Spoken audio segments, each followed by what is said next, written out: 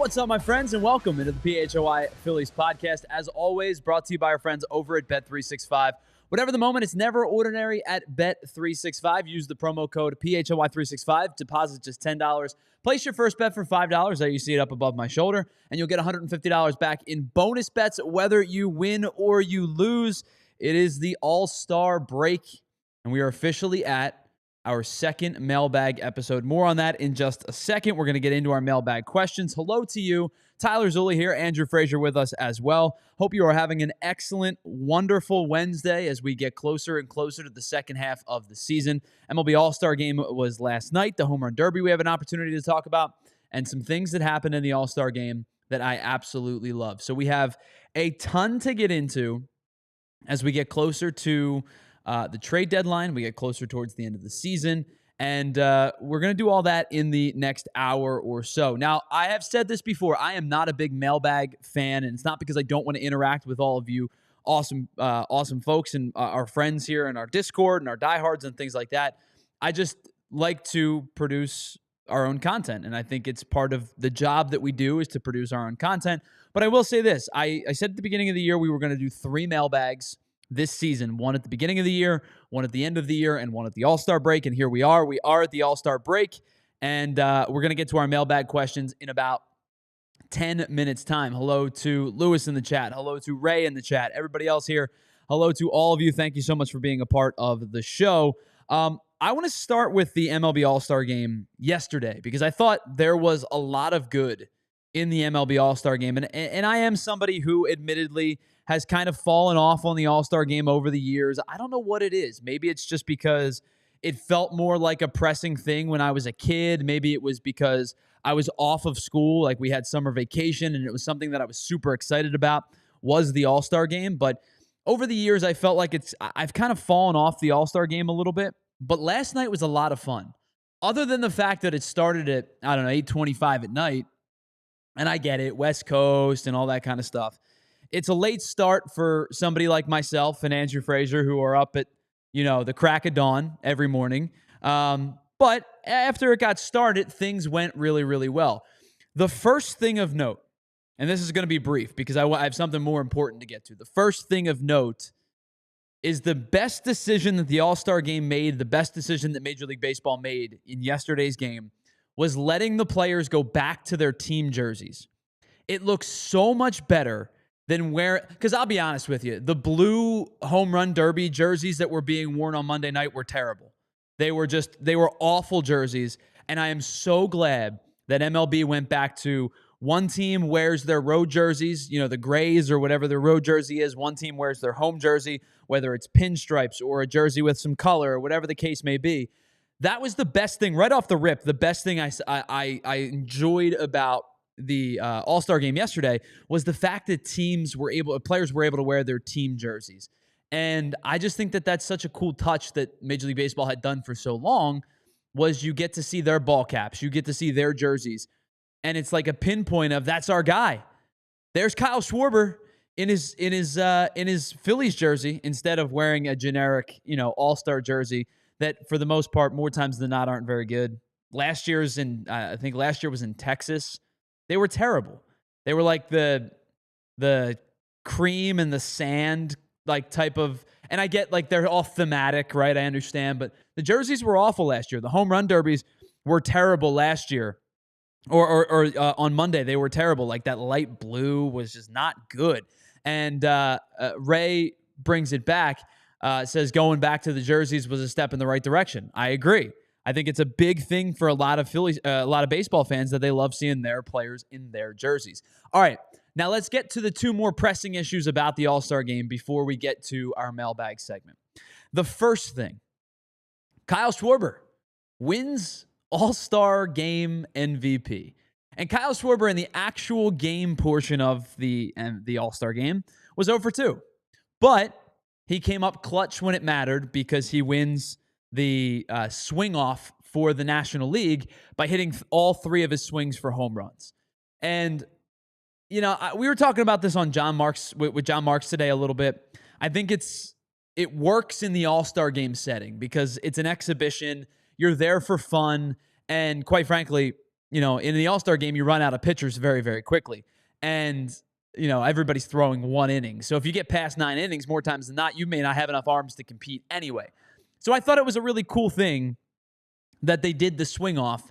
And it was even more fun when they had the opportunity for Kyle Schwarber to win the swing off. Now, he didn't win it like inherently, but after Jonathan Aranda from the Rays hit 0, Pete Alonso didn't end up having to hit, and Kyle Schwarber becomes like the hero of it, and he ends up winning MVP.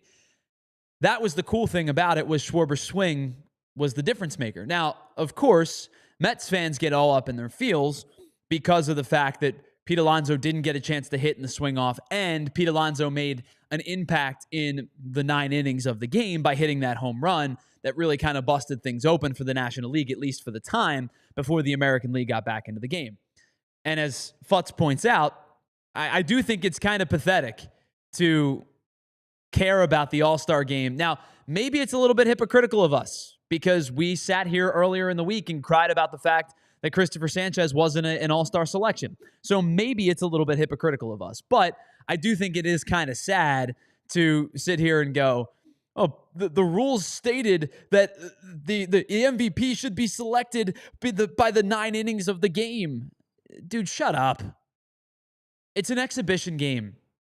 None of this matters. It's literally like, what was that show, Andrew, that was hosted by Drew Carey and Wayne Brady was on Whose it? Line? Whose Line, yeah. Where what's the tagline of Whose Line? Where the games are made up and the points don't matter or something like that? Yes, exactly. That's it. That's what an All-Star game is. Now, again, we cried about not having Christopher Sanchez in the All-Star game, so maybe it's hypocritical coming from me specifically and from Phillies fans. But the impact of the game, the outcome of the game doesn't matter at all. And it really doesn't matter since they took it away. They took home field advantage away. There was a time in the not so distant past where the winner of the All-Star game ended up getting home field advantage in the World Series. And Andrew, I don't know if you remember this or not, but the 2008 World Series, the reason that the Rays hosted games 1 and 2 and not the Phillies was because the American League won the All-Star game. I remembered something like that, but I didn't know if that was actually real or not. Do you know who lost? Crazy. Do you know who lost the game for the National League that year? I don't. How about 48 for 48, Brad Lidge? Wow. So it's funny how that all comes together, right? Yeah. Brad Lidge was one of the reasons why the National League lost, because he was, I think he was the pitcher of record. But that determined the fact that Tampa Bay ended up getting games 1 and 2, which actually, for the Phillies' sake, ended up working out because they split in Tampa. They come back, they win all 3 in Philly, and they can clinch the World Series in front of their home fans at Citizens Bank Park, which is really what any team wants to do. But since you took that out of the equation, it's a glorified exhibition game. Playing for something meaningful. Strange. It's a glorified exhibition game. So I think getting up in your feels about Pete Alonso not winning the All-Star MVP, you got more things to worry about. I do think it's kind of comical that like Pete Alonso lives for that stuff. Home run derbies, All-Star MVPs, and for him to not get to take swings. Like as a Phillies fan, I find it comical when Pete Alonso didn't get to play hero. But Kyle Schwarber ends up winning the MVP. But the biggest thing, my biggest takeaway of the entire All-Star game was that there is absolutely zero argument at this point for the automatic balls and strike system to be in place next year. The first time we watched it happen, there was a decision made about the automatic, the call on the field. The umpire ruled a pitch a ball, tapped ahead. They went to the replay. ESPN, or excuse me, who hosted it? Fox was able to show the graphic of what they were looking at. They used the automatic balls and strike system. And within 7 seconds, the decision was decided upon, the call was reversed, and the pitch was called a strike. And just like that, I think within one decision, ABS was worth it. And I honestly, I don't see a scenario in which anybody could argue that the ABS system shouldn't be in place next year. Now, I have said in the past, I don't think it comes into play next year. I think it comes into play in 2027. I hope I'm wrong, because I'm tired of fallible umpires, especially, and no disrespect, I'm not trying to be a jerk about this, but umpires that are getting up there in age a little bit, like a Phil Cuzzy perhaps, who maybe their eyesight isn't the best and not what it used to be. I'm tired of those decisions maybe dictating the swing of a game. Phil Cuzzy cost Orion Kirkering a game last week. Umpires for years have cost in small moments and all the way up to Armando Galarraga not having a perfect game to his credit. The automatic balls and strike, now that's not going to dictate, balls and strikes, Galarraga's play. But I do think about the World Series in 2023. Josh Sborz threw a breaking ball to end the game, to end the World Series. Now, the Rangers were up big, and I think the Rangers probably win within the next couple of pitches, but there would have been a chance for Arizona to challenge that pitch, just tap on the head and take a look at it, because why not, right? Otherwise, you get called out on strike 3, the World Series is over.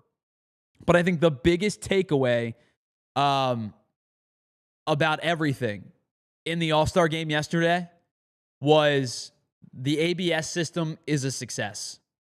And we talked about the numbers, and ESPN did an interview about how, they polled fans at spring training, and an overwhelming majority of fans either said it was a positive or had no impact. I think like 6% of fans said that they had, a bad experience. And quite frankly, I don't know how, other than you're just a curmudgeon who clamors for the old days of baseball where umpires use the big balloon, like the big pillow. I don't know what it is, but the ABS system, at least in one sample size, one game, is a success. And I'll be honest with you, I think it's going to translate to the league very, very soon. Now, the only question is, what's the ego of the umpire after that? And Andrew, I want to say hello to you before we get to our mailbag segment. Hello. Hello. Do you see a scenario, because I certainly do. Do you see a scenario across Major League Baseball where umpires' egos almost get vindictive after they're proven wrong by an ABS challenge? Well, we were talking about this a little bit on Anthony's show today with Bill and VG, and they were talking about how even the commentators for the game last night, how it felt like they were almost defending the ump. And that the ABS thing was like, oh, well, we still have to work things out. It's not fully perfected and all of this stuff. And I mean, come on, you did it all spring training. You used it for the All-Star break yesterday, and it worked fantastically. No calls came in. I mean, it felt like less than 10 seconds for everything. Yep, 7 seconds for the first one. I mean, it was pretty spot on for how it felt. You're a big soccer fan. I'm going to bring up 2 sports in specific. Yeah. VAR in soccer. And the review system in tennis. Okay. Tennis is like to a point where they can see the cracks in the asphalt on that little monitor that they show, like on the broadcast. Yeah. VAR, it's not perfect. It's not perfect. But it's better than nothing, right? Yeah. Like they go to the video assistants for a couple of minutes. Now, I do think the speed of VAR needs to be upgraded in soccer. It takes a while. But they go to the video assistants, and more times than not, they get the call right. Yeah. I think the same would be said for ABS. I don't think it's going to hit it 100%, at least in the early onset days of it. But I don't see a reason as to why it would be bad. I agree. I mean, today's day and age is all about technology. We have the capabilities of reviewing these plays. Why not use it? Sure. Sometimes I understand like the purists of the games and stuff like that. Well, just let them play and all of this stuff. But when it comes down to these small margins that, like, when you look at a VAR call, sometimes it might be literally someone's like pinky toe that is literally the cause of them being on an offside. Is it offside? Is it not? And that can sway a game. And then the same thing in baseball. Like, just that ball can be like just a hair off. And, it's not fair that it's called a strike or it's called a foul, or a ball. Like, it should be, you should use the technology. It is there. It helps us get the game moving along. I see no reason why we shouldn't be using it. My mom said to me the other day, I don't like all this replay stuff. And I'm like, why? And she goes, I don't know. Like, and I think it really does come back to it just was not the baseball of your childhood or whatever you grew up on or whatever it might be. And, you know, I said back to her, I'm like, I just want to get the call right. You know, I just want to get, I want the game dictated by the play on the field. I want the game dictated by, in the pitcher's case, upsetting timing. In the hitter's case, timing. Fielders, like, I want you to make the play or don't make the play. I want the game dictated by the 18 players on the field, not the 4 grown men who, you know, are trying to determine a 99-mile-an-hour fastball and a bang-bang play at second base where did a tag get slapped on the guy's head before his hand touched the bag? Yeah. That's really all this comes down to for me. I mean, look at football, right? Sure. Like, if you're on a 4th and 1 and you're trying to get that first down, like, what if you're short, you know? Are you just going to eyeball it and say, oh, yeah, we're going to allow the line judge to say, hey, you know what? It's a first down, or they missed it. No, what do they bring in? Even though it's not technology, they bring in a chain gang that comes in. I've been trying to ask for years why football's using a chain gang. Like, yeah, it's 2025, and we're talking about these guys that they come trotting out with their little sticks, and they stick the stick in the ground. They're like, oh, football's short. Yeah. But even that, although as like primitive as it is, that's still a form of like reviewing the play of like, okay, we're going to see, did you get it or did you not? So like just use the technology. It's there. Yeah. ABS system works. Go for it. It's readily available. All right. Let's pause for just a moment. On the other side, we are going to get to our mailbag portion of today's show. Thank you to everybody who was in our Discord or on our Twitter page who sent in questions. We're going to talk about all of that coming up in the last 40 minutes of the show. But let's pause for just a second, and we'll get back to that on the other side. This is the PHLY Phillies podcast, brought to you by our friends at Bet365. We will be right back after this. All right, let's talk about our friends over at Ace Hardware and Ace Hardware Home Services. Whether it's something as simple as you need to get an outlet fixed or something as significant, your plumbing, your heating, your cooling isn't working, you need to get your HVAC humming all year long. That's where our friends over at Ace Hardware and Ace Hardware Home Services come into play. You know about Ace Hardware, how they're the helpful hardware folks, but did you know they're also the helpful hardware home service team that brings that helpful home all the way from the store to your front door, whether it be in Philly or all the way down to the Jersey Shore. They bring a lot of expertise. They bring the experience that matters. They're local plumbers and techs that will handle everything from those small outlet issues or small jobs that you need fixed all the way up to an entire repair or installation or upgrade. They bring understanding and helpful, and you need that when you're thinking about, this is my home. I need to make sure that the thing that gets put in and the people that are putting that in are trustworthy and they're good at their job and they know what they're talking about. They can answer your questions.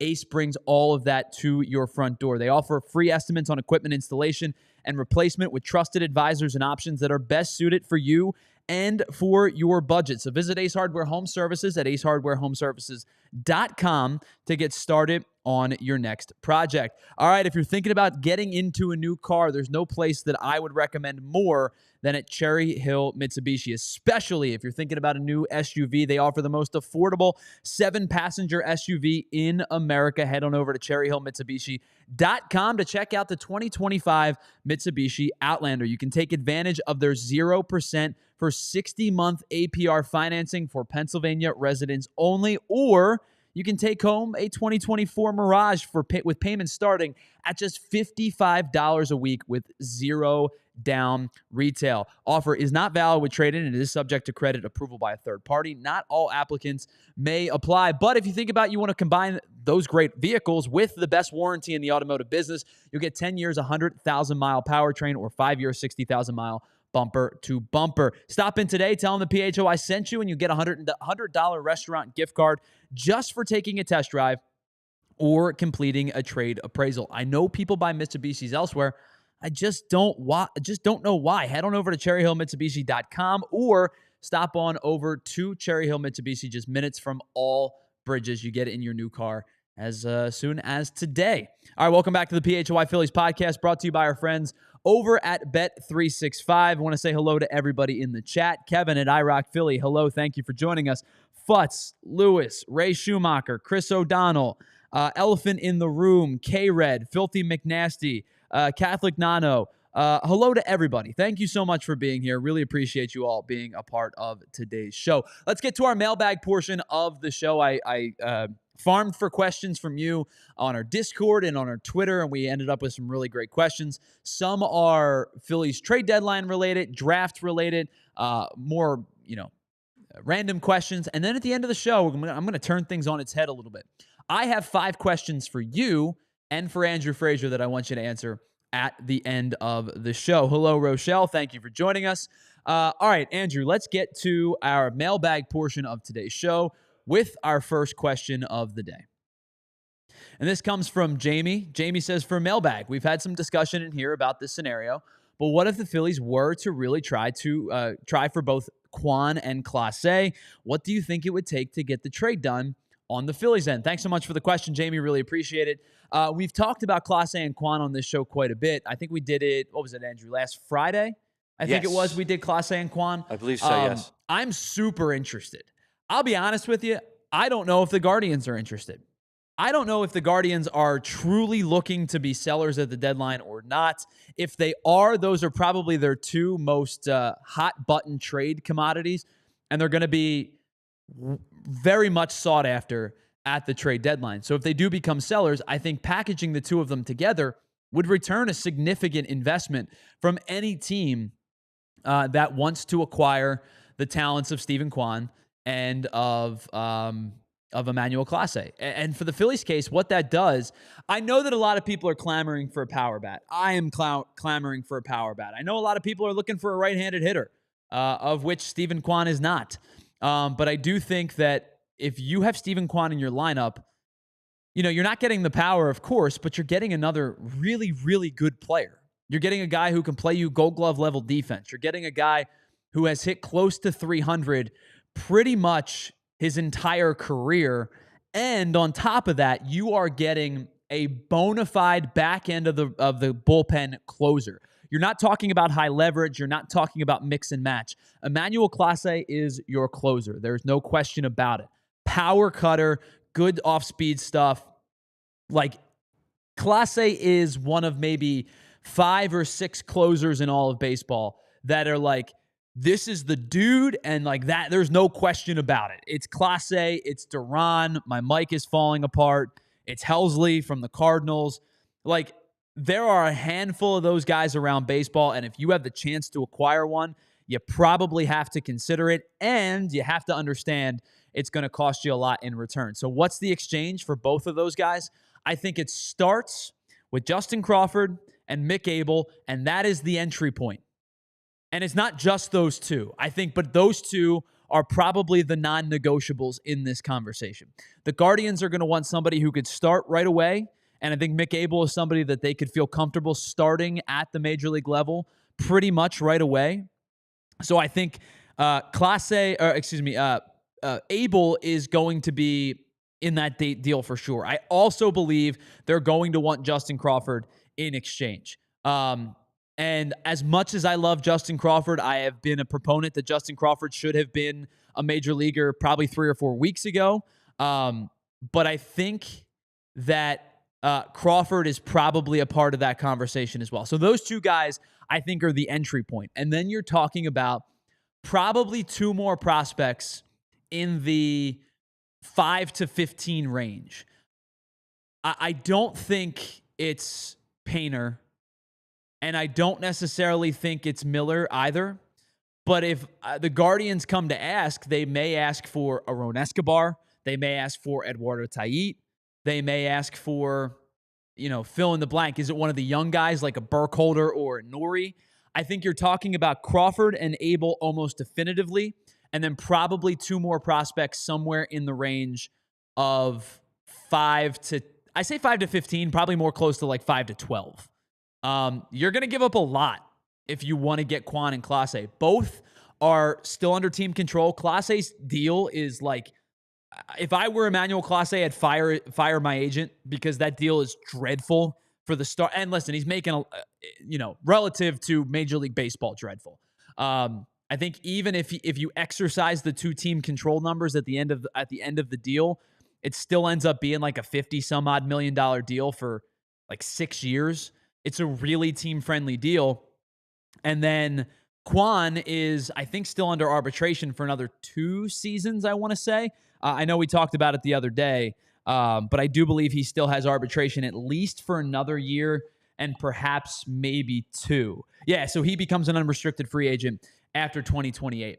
I think you're talking about Crawford, Abel, and 2 other fairly high prospects in that deal and to get that done. And quite frankly, I don't know if other teams won't come with more.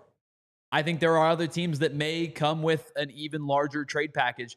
And I think that's probably what the conversation is going to be. And it's funny, even in the chat, I see, we talked about this on Friday.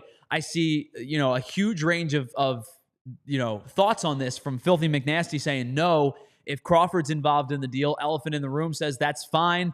And then somewhere in between, where people are like, yeah, maybe. And then, I see Lenny Franco that says that, Lenny doesn't want Quan at all. And I assume that the reason behind it is that because he's not a power hitting bat. An Elephant in the Room at the bottom of the chat right there brings up the thing that I've said a lot. The player that I want Justin Crawford to develop into is Steven Kwan. And if he's better than Steven Kwan at the end of the day, I can live with it. But if that's the player, if that's the archetype for Justin Crawford, high average, good defense, threat to run the bases, doesn't strike out a lot, puts the ball in play, good on base percentage. I think about the archetype of Justin Crawford. I think it's Steven Kwan. Can I just say this? Yeah. This is something that I just don't understand the sentiment of Philadelphia fans. I get it. You see these young players, you see the what if these guys could be, you see the potential of what they could become. But why are we coveting these young guys when we haven't seen them at the MLB level? We don't know what they're going to be. That, yes, of course, Miller can be this, Crawford can be that, Painter could be this, but we haven't seen these guys perform at the peak level. Sure. So why are we so afraid of trading these guys off when we can trade them for guys with talent that we know we have seen at the highest level? Because there's no right answers to that question, Andrew. And I think I have been Mr. Proven Over Prospect my entire life. Because you think about, right, I think the Phillies have 3 guys that they are really, really going to do their best to protect. I think it's Painter. I think it's... but he hasn't even been performing well. I don't think it's necessarily about the AAA numbers. I think it's about the maturation and the stuff. Because I do think people looked at the Andrew Painter from 2 years ago and said he had a chance to crack the Major League roster 2 years ago prior to Tommy John, and now he's not pitching well in AAA. But I think the one thing that we probably should take into account is that there is a bounce back period from Tommy John that he is still going through. But I think the 3 guys that the Phillies are going to hold really close to the chest are Painter, are Miller, and I do think Taillon's still in that conversation. But I get your point. Whereas, if you think about the Phillies in 2007 to 2011, when they sold all out to go for World Series titles, the players that they ended up giving up, Kyle Drabek didn't do anything. Michael Taylor didn't do anything.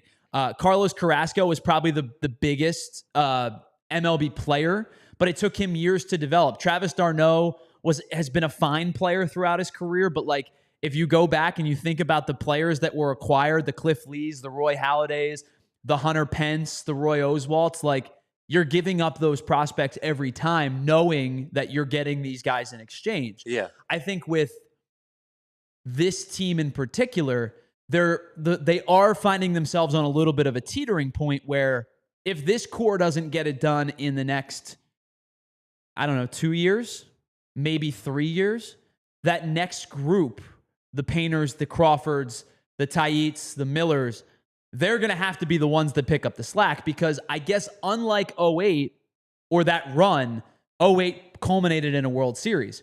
And if I said to you, from 08 to I'm gonna exclude 2007 because that was kind of the launching point for the Phillies.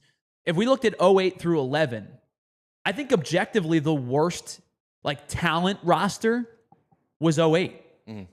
And that's the team that won the World Series. Yeah. Right? Because after that, you got Lee, you got Halladay, you got Ibanez, you got Pence, right? You lost Worth, but you got Polanco. Yeah. Like, you got better as the years went on, and your results got worse. So I think 08, like, for a lot of people, softens the blow of not getting another one. But even in like we've done the what ifs this week, right? Yeah, of course. And two of our big what ifs revolved around the 2010 and the 2011 Phillies. Yeah. And the 2011 Phillies, in my estimation, are one of the two best Phillies teams ever assembled. Yeah. To me, it's the 11 Phillies and the 77 Phillies. And neither of those two teams won World Series. So I think the window for this team is not closed, but it's closing. And I think if they're looking to compete, they have to be able to hit and strike while the iron's hot. But I know we have a question about balancing those two things coming up in just a second. So, Jamie, thanks so much for the question. That was a long-winded answer to say, I think to get to your point, what are they going to have to give up for Clase and Quan? A lot. I think a lot. All right, let's get to the next question here for our mailbag segment. This one comes from Phil. Phil says, can you name several possible outfield trade options for the Phillies? Thoughts on Brian Reynolds from the Pirates? Knowing that Dombrowski likes to do multiplayer deals, maybe Santana and or Bednar with Brian Reynolds. All right, so let's start with the Brian Reynolds portion of this, because I don't know what to make of Brian Reynolds' season. Brian Reynolds, if you just look at his numbers, is not having a good year. He's hitting .225, just 10 home runs this season. It has been a relatively down statistical year for Brian Reynolds. But then you look at, Andrew, we talk all the time on this show about the expected numbers, right? And what that means to us. Brian Reynolds' expected batting average is 45 points higher than his actual batting average. His expected slug is 120 points higher than his actual slug. Wow. Is Brian Reynolds having the best bad season of all time or the worst good season of all time?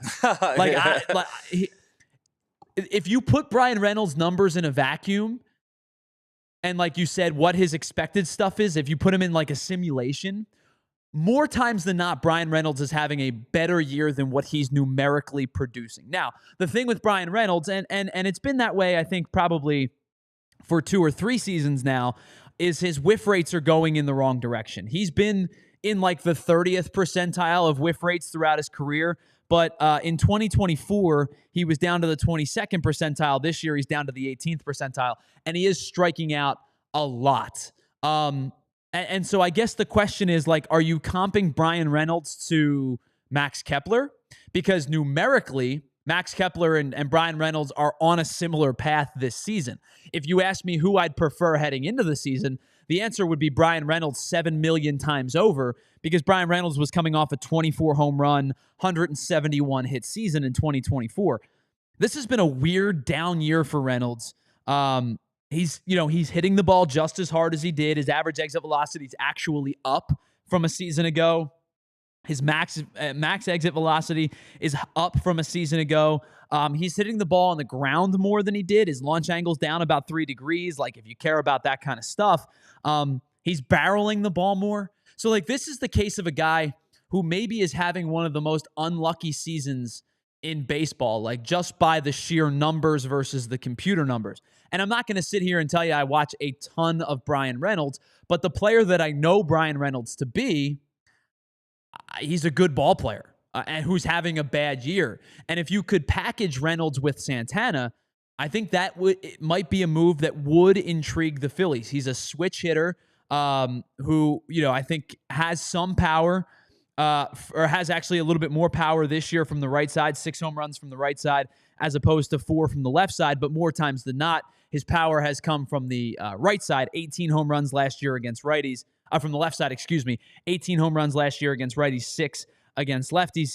His average he's actually had a weird kind of reversal of splits this year compared to last year. He's just not hitting righties the same way that he did a season ago. But I think there would be intrigue based on the player that we've seen him be as opposed to the player that he currently is. In terms of naming other outfielders, we've done that throughout the show so far in our mystery trades. They varied from take a flyer on a guy like Ramon Laureano all the way up to are the Red Sox going to move Jarren Duran or a Wilyer Abreu? Like, I don't know what the trade deadline is going to hold, but we've talked about varying levels. The one guy that I do want to put kind of to bed, because I know people have talked about it for a while, is Byron Buxton. Buxton has a full no-trade clause through next season. He said in the All-Star game, in All-Star week this past week, he's got no interest in moving from Minnesota. He wants to be a Twin his whole life. So until that no-trade clause is void, which I believe is not until the 2027 season, Byron Buxton isn't going anywhere. So no matter how hard you try, no matter how hard you wish upon a star, Byron Buxton is going to be a Minnesota Twin. So to answer your, or to talk about your question, Phil, varying levels of interest between varying levels of guys. All right, let's take a break. On the other side, we will continue our mailbag questions. Big thank you again to everybody who has prompted some of them so far. We'll continue those questions on the other side, and I've got 5 questions for you all at the end of the show. Let's pause for just a moment. It's the PHLY Phillies podcast, brought to you by our friends over at Bet365. We will be right back after this.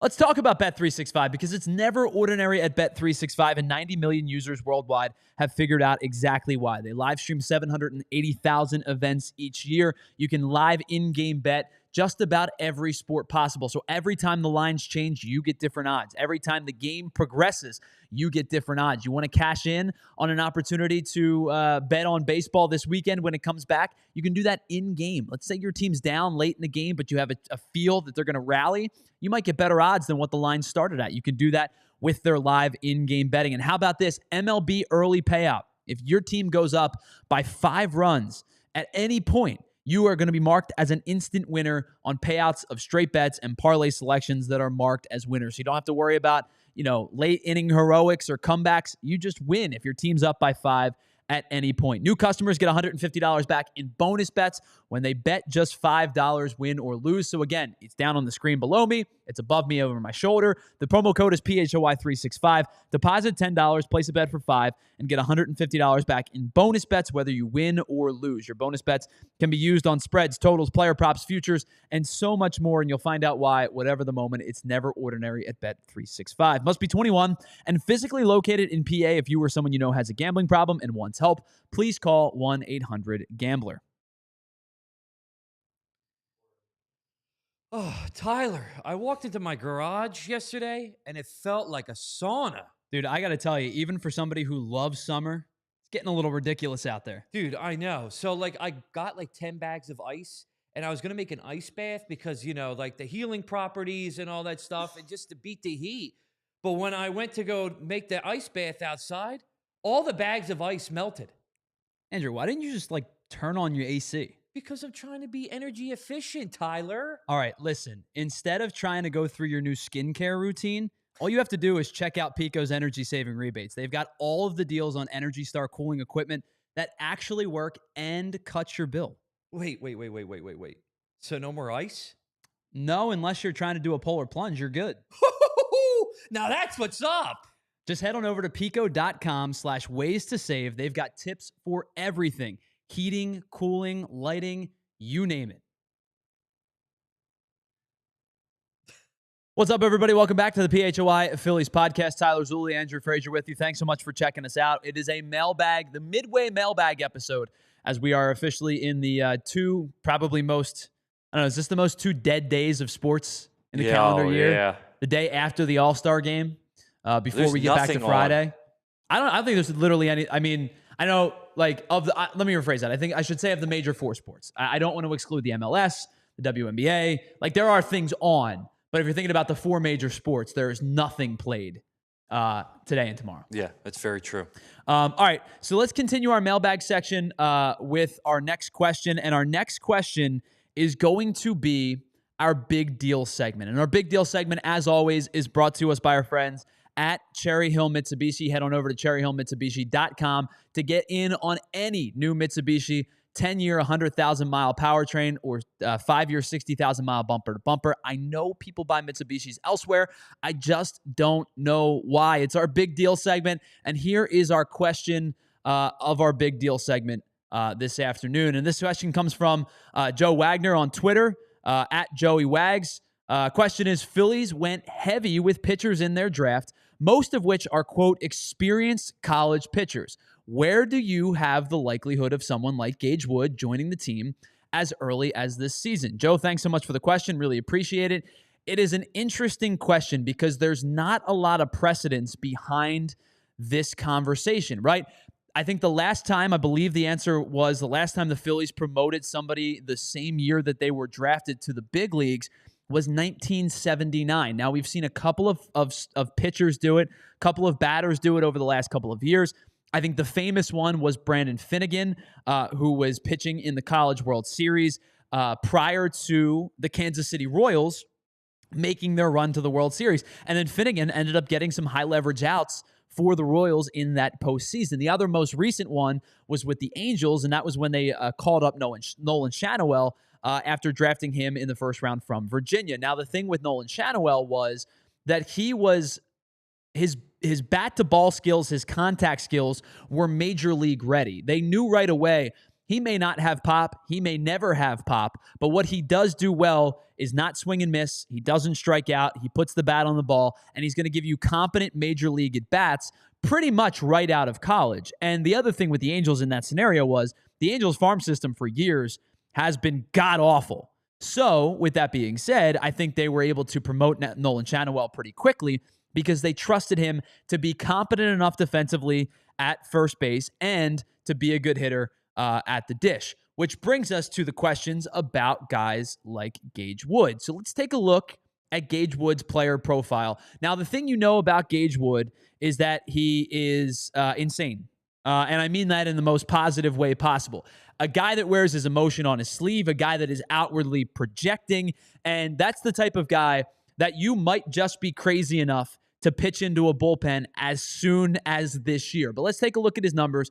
He was a starter this year, a 3.82 ERA, through just 37 2/3 innings this season. But you see the enormous strikeout numbers, 69 strikeouts in 37 2/3 innings pitched. But the better part about him that I think is really encouraging is the sub-1 whip, the .9 whip. And it's not because he gave up, 12 hits in 37 innings. He doesn't walk hitters, just 7 walks in 37 2/3 innings, 34 base runners in just under 38 innings pitched. And of course, you know him for throwing just the third no-hitter in the College World Series and the first in like 60 some odd years. So there's his profile a little bit, his pitch arsenal.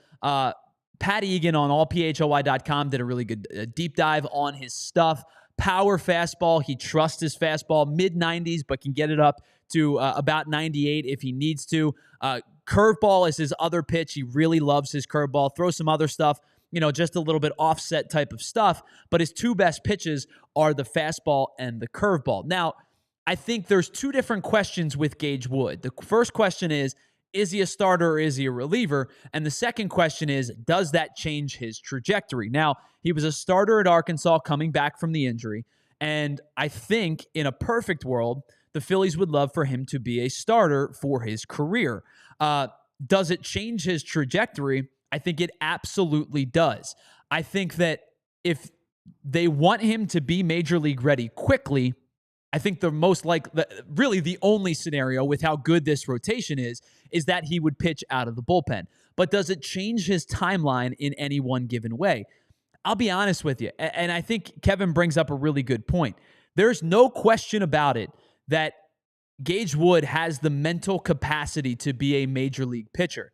And I also realize that there is a very realistic scenario that very quickly this guy is better than some of the relievers you currently already have in your bullpen, namely a Joe Ross or a Daniel Robert, right? So I think there's some merit to ask the question. It's a question that every Phillies fan is asking. It's a question that members of the media are asking. What is the trajectory of this kid, and does he have the capability of pitching in the big leagues this year? I think the answer to that question is probably no, and it's not a stuff question. It's not a makeup question. It's not a between the ears question. I think it's just a maturation question and a development question, and I do think it does, in part, have something to do with the injury that he was coming back from this season.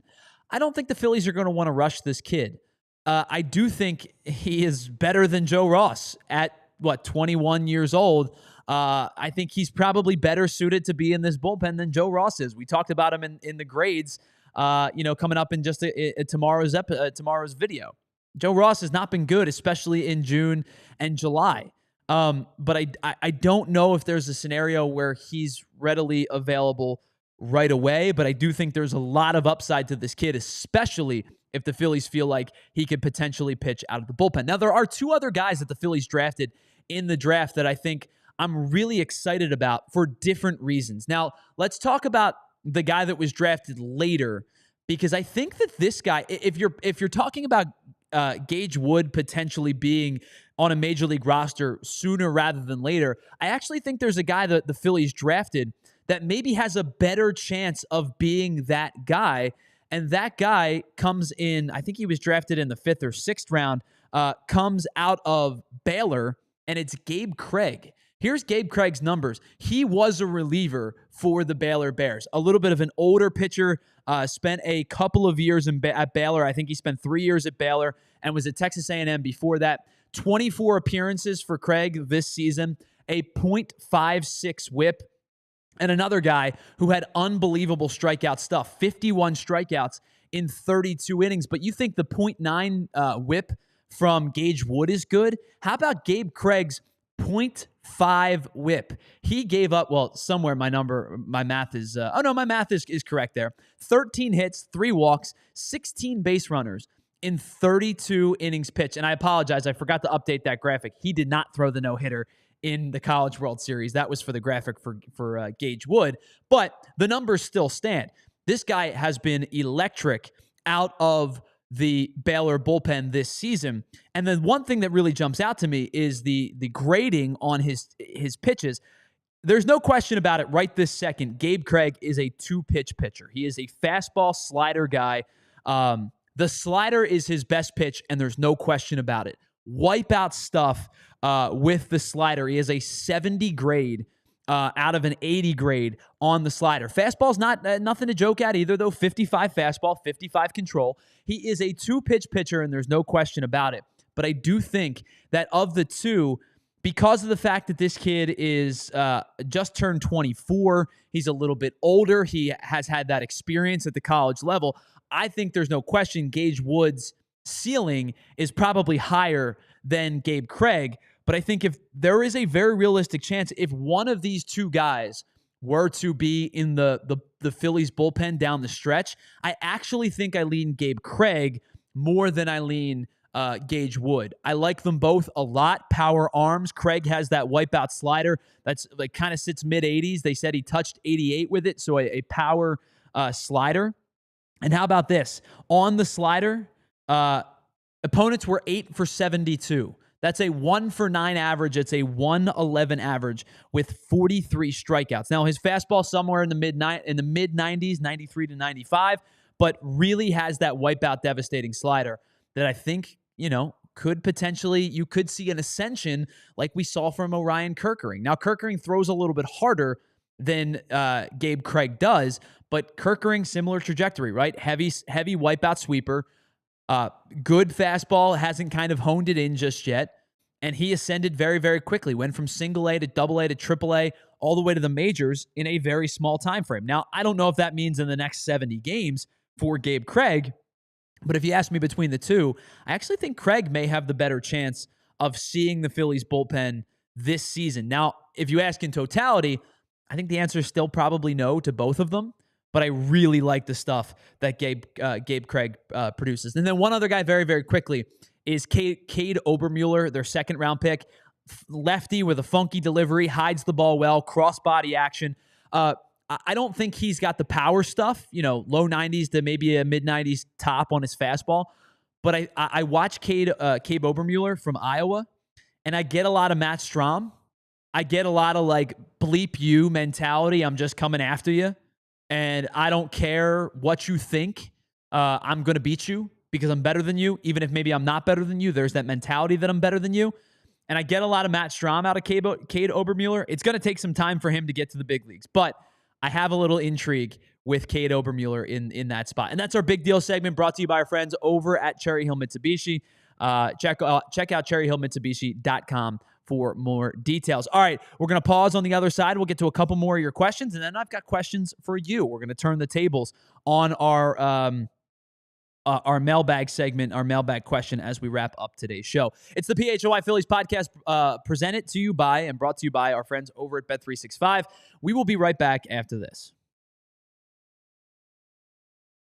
All right, let me tell you about our friends over at Umpire today, because if you're looking for flooring, you want the trusted pros who are going to be with you every step of the way, and that is where Umpire comes into play. Listen, we've all been to the big box stores before. You wander the aisles aimlessly, and then you finally figure out what you're going to get, and then you got to lug all the equipment home yourself. And if you're like me, you drive a sedan, it's not enough sample size, not enough room, blah, blah, blah, blah, blah. And all of a sudden you're overwhelmed and you've got, the cartoon steam coming out of your ears. But how about instead of having to look for an installer and coordinate everything yourself, you just trust Umpire today. They're going to be with you every step of the way, from the initial consultation process all the way to the installation and everything in between. They want to make sure that the job is done right, because they live and breathe flooring. You'll get clear upfront and all-inclusive pricing, and you can schedule your installation as soon as the next day. So schedule a free in-home estimate today, because some things are just better at home.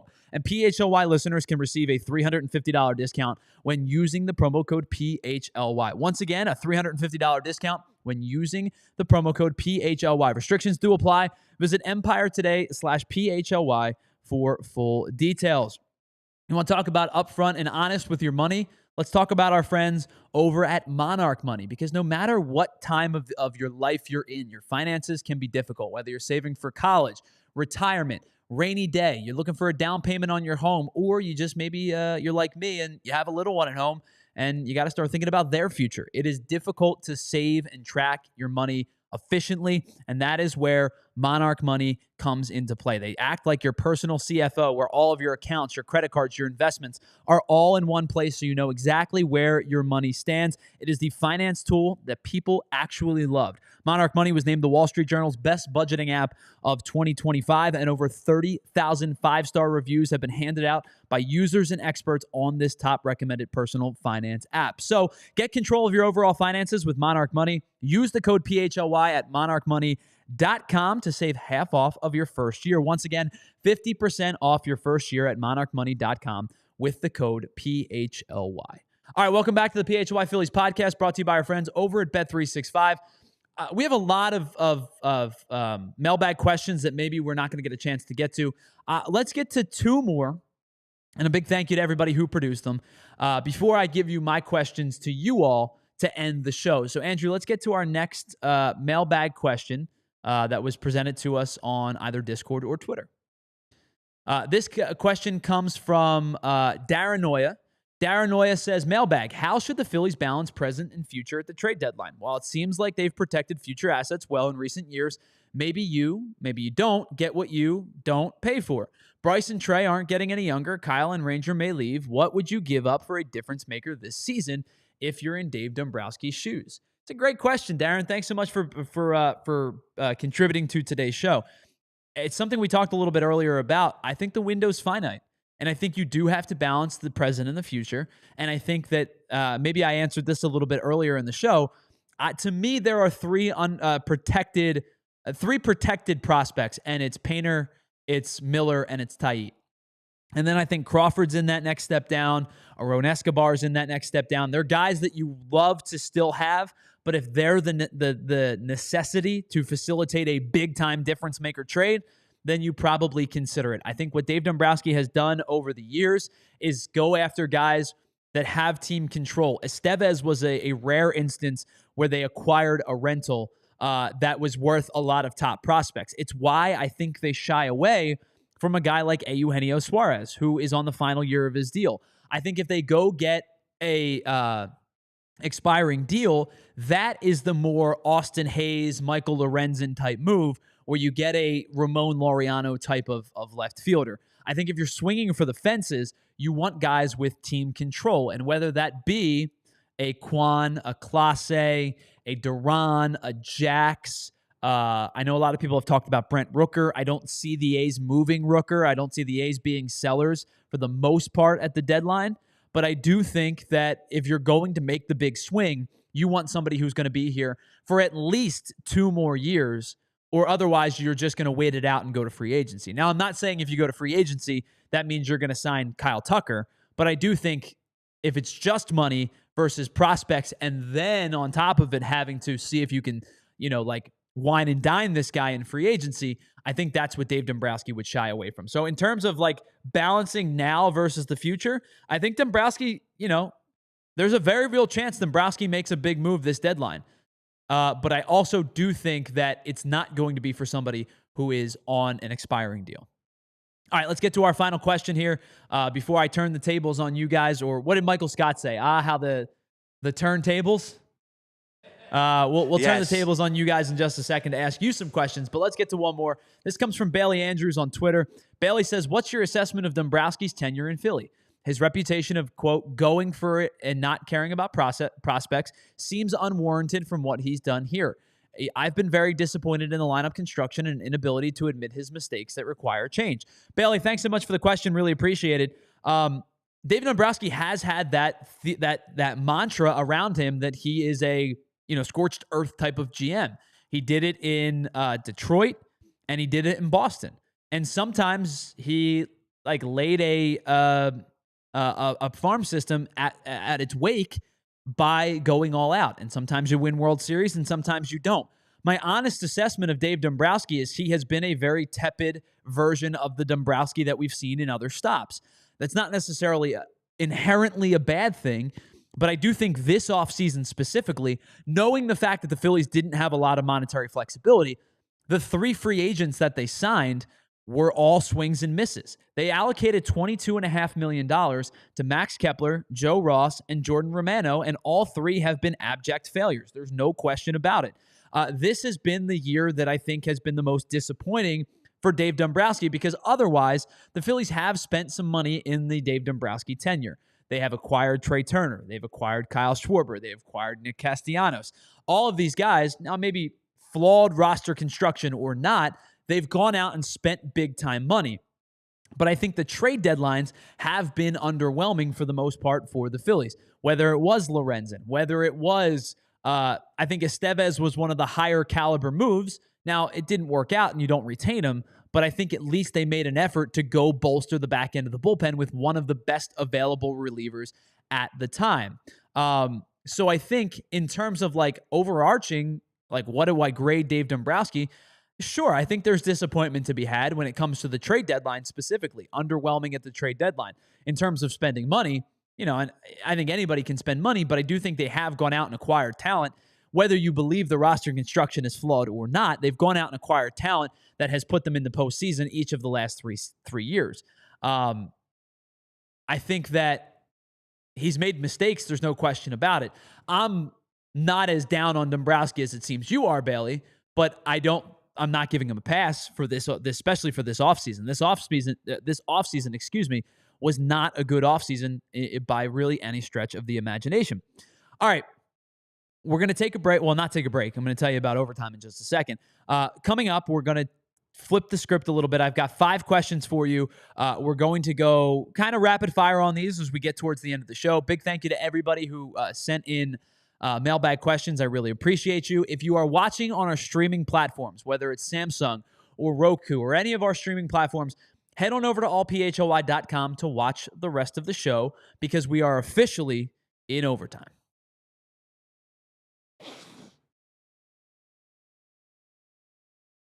All right, we are officially in the overtime segment. Now, Andrew, if you want to pop yourself up on the screen for these 5 questions, I have 5 questions for you and for the chat. Here is question number 1. They range from Philly specific to baseball to just some fun. Okay. All right.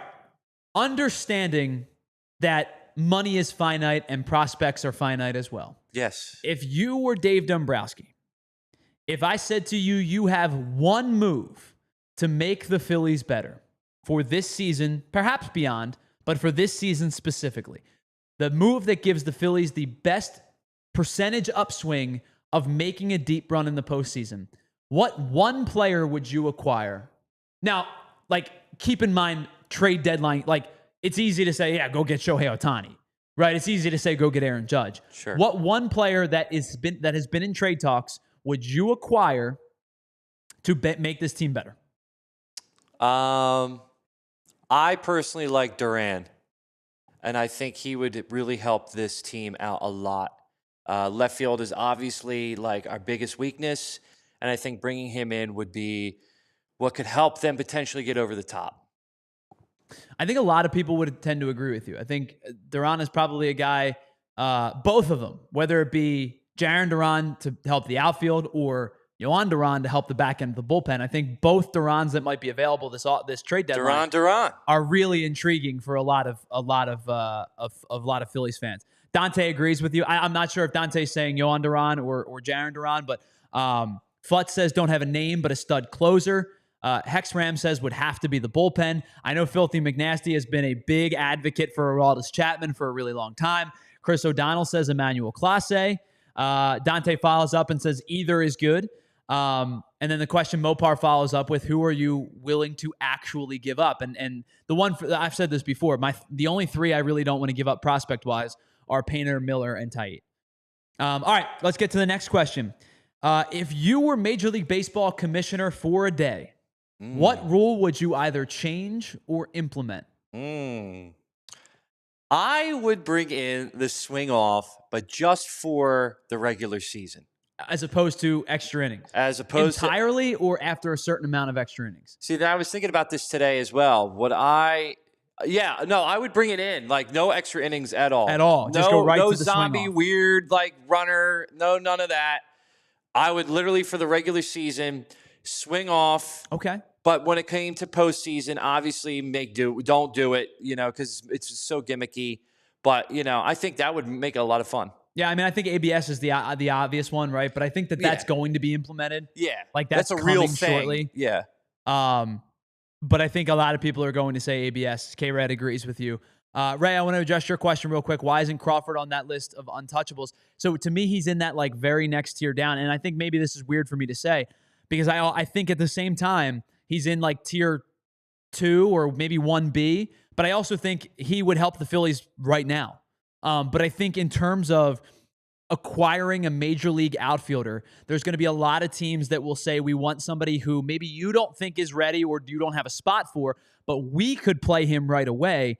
And I think Justin Crawford is a plug-and-play, ready-to-go prospect for a lot of teams. Now, I know people talk about the power and the hitting the ball on the ground thing, but I think there are teams that would view Justin Crawford as if they acquired him in a trade, he might be their starting left fielder the next day or 2 days later. So I think that he has a lot of value to the Phillies in a trade deal, not just because he's really good, but because I think teams may look at him and say he could be an immediate plug-and-play type of guy. Filthy McNasty says no ghost runner ever. I'm back and forth on that. I'm actually closer on the ghost runner than originally when it came out. Elephant in the Room said would implement an actual salary floor for teams. Yeah, preach, Elephant in the Room. I preach. agree with that. I've been saying salary floor for years. Dante says bring back home field advantage determining the All-Star game. I think a lot of people may agree with you on that as well. Great one, yeah. All right, next question. Andrew, when Major League Baseball expands, because I do think it's coming, you'll probably get to 32 teams in the next decade or so. Oh, man. What 2 cities would you put a team in? What 2 cities would I put a team in? Man, I got to think. There's an obvious one that I think is actually going to happen. Okay. Nashville will be getting a team. You know what? That's And not only do I think Nashville gets a team, I think Dave Dombrowski is the general manager of that team. Yeah. I wasn't even thinking about that, but yeah, Nashville would be a great one. And I'm thinking like a West Coast team, like another West Coast. How about a Portland? Portland would natural rivalry with Seattle. It would be good. Yeah, Portland would be good. Like Vegas is obviously getting the A's. Vegas probably makes sense if the A's fall through. They make sense. How about sending baseball back to Canada? What about Montreal? Bringing another team? Or what about Vancouver or Calgary? Vancouver? I don't know if there's any. I don't know if you can play in. I don't know if you could play outdoors in Vancouver until like May. But Montreal has had baseball before. What about Montreal? Toronto has the team, yeah. Montreal could be, bring back the Expos. Mopar brings up, what about New Orleans? New Orleans would be a good one. Yeah, that would actually be a good one. New Orleans would go like 70-10 at home. Yeah. Because it's like Party City, USA. Yeah. All right, let's get to the next question. Man. We are quickly running out of time here. Andrew, who was your favorite non-Phillies player growing up? Non-Phillies player? My favorite player of all time was Vladimir Guerrero. Oh, mine. I am a diehard Vladimir Guerrero fan. He's the reason that my AL team for a long time was the Angels. He is my favorite player. He and I play nothing alike. He's swing at everything. I was like probably Bryson Stott selective. Yeah. He's a power hitter. I was a singles hitter. Yeah. But Vladimir Guerrero is my all-time favorite team. Ken Griffey Jr. Okay. I love the backwards hat. When I was younger, I just loved that look. I loved him. When I would play the games, I would always play as him. You know, I just loved him. I thought he was a great dude. Okay. And then the next question, we'll field the who was your favorite non-Philly growing up from our Filthy agrees with you, says Griff. I think a lot of people right about our age, Andrew, maybe a couple years older, have an affinity for Ken Griffey Jr. Oh, yeah. Dante says Jeter. All right, last question. You just brought it up. You played with him in the games all the time, so I'm going to ask you this. Okay. This was not planned, I promise you. Okay. What is the best baseball video game of all time? To me, there's a definitive answer, and you either 100% agree or you've never played it. I'm blanking on the title, but I know the game. You could literally throw heat. Like, it was like there flames coming off the ball. Slugfest? Was it the one where you could, like, run up and actually fight? To throw hands with people on the bases? Dude, that was the best baseball game. Yeah, Slugfest. To me, there is a definitive answer to this question, and I think you either have played the game and you 100% agree, or you've never heard of the game and you never played it. To me, to this day, the best baseball game when it comes to combining the arcade style of the old school games and the realism of the new games, it will never get better than MVP Baseball 2005.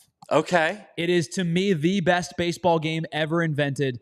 The graphics were kind of turned like right at PS2, so they were starting to get better. Yeah.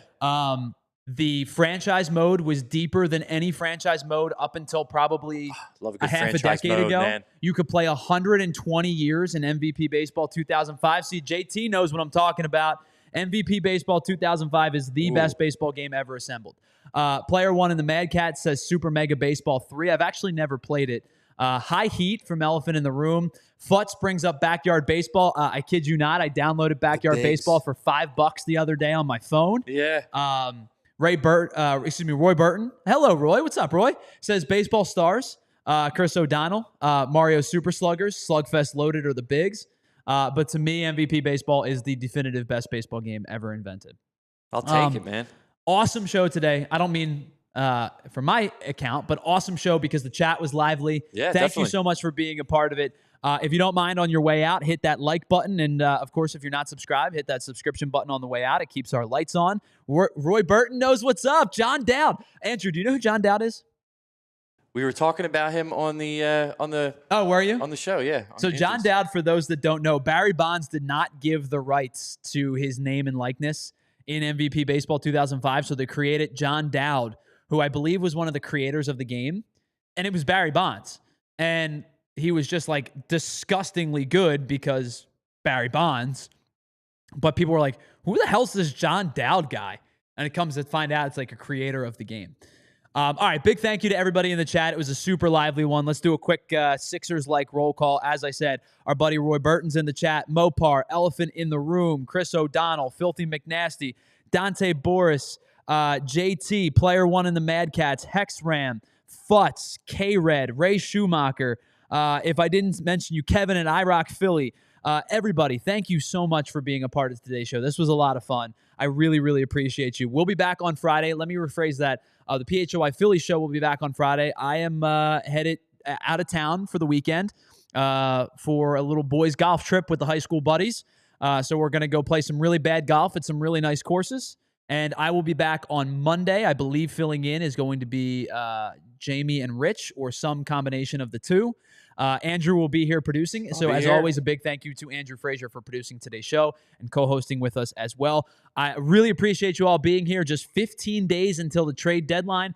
Next Monday, we're going to continue our trade deadline conversations, and we will continue our Phillies first half grades tomorrow and into Saturday. You are all the best. Thank you so much. Head on over to the PHLY Eagle Show, and I will talk to you again on Monday at 1 o'clock right here on the PHLY Phillies podcast. See ya.